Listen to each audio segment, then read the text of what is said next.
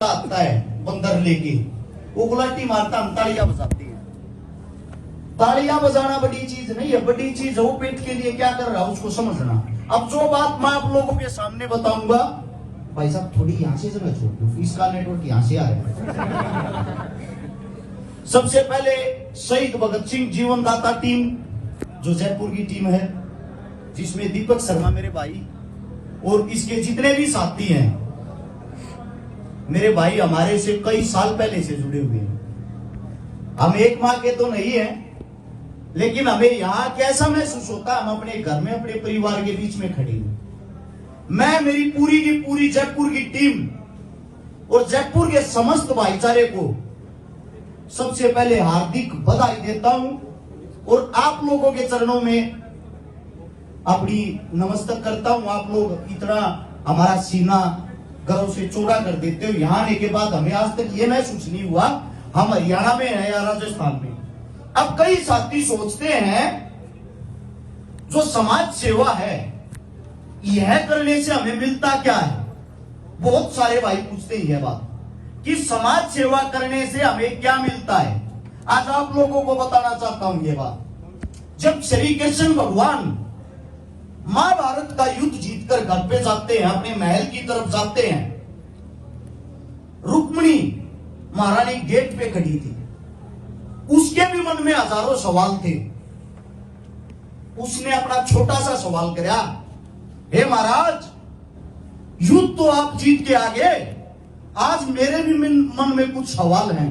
मेरे को पता है आप भगवान हो, लेकिन उन सवालों का जवाब दो, वो मुझे भी चाहिए।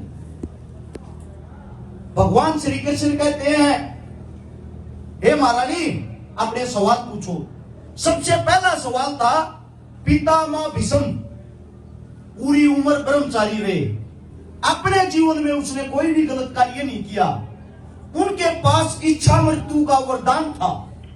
वो इंसान भी कैसे मर गया, वो इंसान भी कैसे हार गया, मेरे को इस बात का जवाब दो। श्री कृष्ण भगवान ने बताया, पितामह भीष्म ने अपने जन्म से 7 जन्म पहले एक सर्प को, एक सांप को अधमरा करके कांटों की सैया पे फेंक दिया था, जिसके कारण उस सर्प की मौत अनेकों कांटे चुभने से तड़प तड़प के हुई थी। सेम वही मृत्यु 7 जन्म के बाद पितामह भीष्म की हुई थी। उसका पूरा सीना छलनी हो गया था, पूरा शरीर छलनी हो गया था तीरों से। वो जो सर्प है उसका बदला उसने 7 जन्म के बाद देना पड़ा। इस बात से रुक्मिणी संतुष्ट हो गई। वो पूछती है, हे भगवान जो कर्ण था उसके पास तो अनेकों विद्या थी, वो इतना बाहुबली था, वो हमेशा सच्चाई का साथ देने वाला था, इतना बड़ा दानवीर था, उसकी मृत्यु कैसे होगी। उसने बताया, जिस वक्त 14 साल के बच्चे अभिमन्यु को वो मौत के घाट उतारते हैं, जो चक्रव्यूह रच रखा था, जब अभिमन्यु मरने लग गया ना, वो कर्ण से कहता है, ताऊ प्यास लगी है, मरते टाइम एक चलू पानी तो पिला दो। कर्ण ने पानी नहीं पिलाया, कर्ण ने सीधा उसके सीने में कटार उतार दी और वहीं वो वीर गति को प्राप्त हो जाता है। वो जो एक चलू पानी था वो कर्ण के पहिए के नीचे दलदल बना, उसी दलदल में कर्ण का रथ फंसा और उसी कारण से कर्ण की मृत्यु हुई। जो आज आप लोग कार्य कर रहे हो, अगर आप लोगों से कोई ये पूछता है आपने क्या किया, ये हमें बताने की जरूरत नहीं है। आने वाली पीढ़ियां, हमारे बच्चे, हमारे पोते, जो आने वाला समय होगा वो बताएगा हमने क्या किया। ये माता जी, हमारी माता जी स्वर्गीय श्रीमती सुशीला देवी जी, हमने इनके कभी दर्शन नहीं किए, लेकिन दीपक शर्मा इसने वो अच्छे कार्य किए जिसके कारण हमें भी ये पता लग गया ये माता जी है जिनकी कोख से ये बेटा पैदा हुआ। इसके लिए आज हम एकत्रित हुए हैं, क्योंकि इसने अच्छे काम किए। तभी तो मेरे से पूछ लेते अरज शिकारा आपने क्या किया।